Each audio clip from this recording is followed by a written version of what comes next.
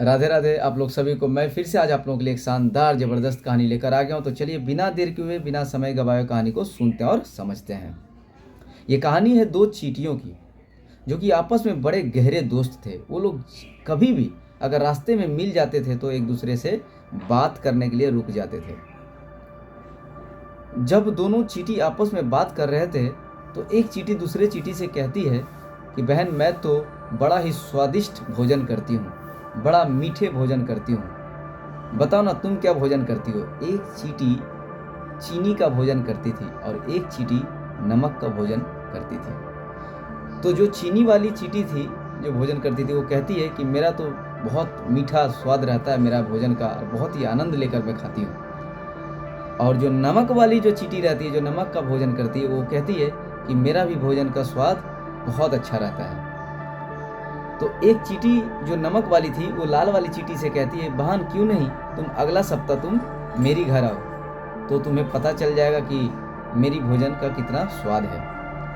तो वो चींटी कहती है कि ठीक है बहन, मैं अगला सप्ताह तुम्हारी घर में आऊँगी। अब अगला सप्ताह जब आता है तो वो चींटी नमक वाली चींटी के घर पे प्रस्तुत हो जाती है। अब जो नमक वाली चींटी रहती है, वो थाल में बढ़िया से नमक का ढेला सजाकर लाती है वो जो चीनी वाली जो चींटी थी उसके पास, तो वो खाती है।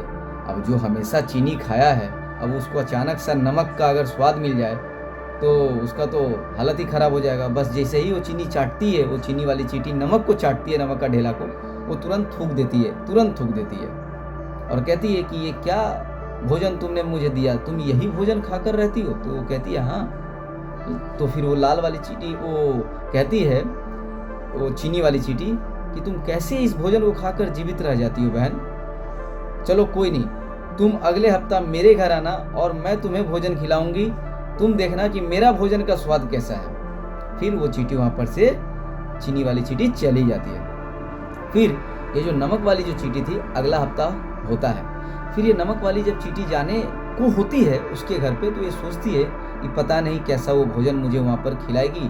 मैं एक काम करती हूँ, एक छोटा सा एक नमक का ढेला मैं अपने मुंह में रख लेती हूँ, जिससे कि उसका मन भी नहीं टूटेगा और मैं अपना भोजन भी कर लूँगी, मुझे उसका भोजन का पता भी नहीं चलेगा। और वो चली जाती है मुंह में रखकर। अब वहाँ पर चीनी वाली चींटी तुरंत प्रस्तुत करती है क्या?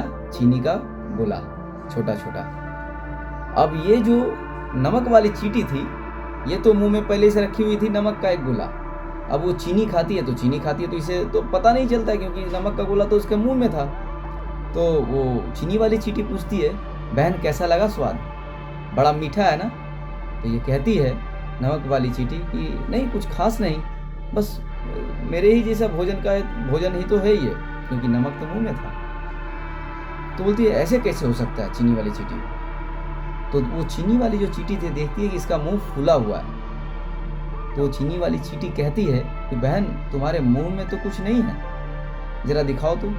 तो वो मुंह खोलती है तो देखती है एक नमक का गोला है। उसके बाद फिर वो नमक का गोला को बोलती है निकालने के लिए, निकालती है और उसके बाद फिर बोलती है अब तुम खाओ। अब वो जब नमक वाली चींटी उस चीनी का गोला को खाती है तो वो तो बस उस मधुर वो मिठास में ही खो जाती है। बोलती है बहन ये तो आनंद आ गया है, तो बड़ा स्वादिष्ट भोजन तुम खाती हो।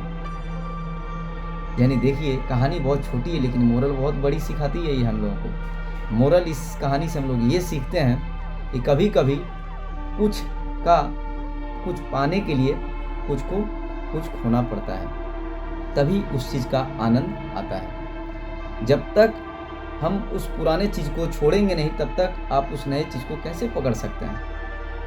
यानी त्याग करना कुछ चीज़ों का बहुत अनिवार्य होता है। धन्यवाद। जब तक के लिए आप अच्छे रहिए, स्वस्थ रहिए, मुस्कुराते रहिए। मिलते हैं फिर किसी एक बेहतरीन कहानी के साथ।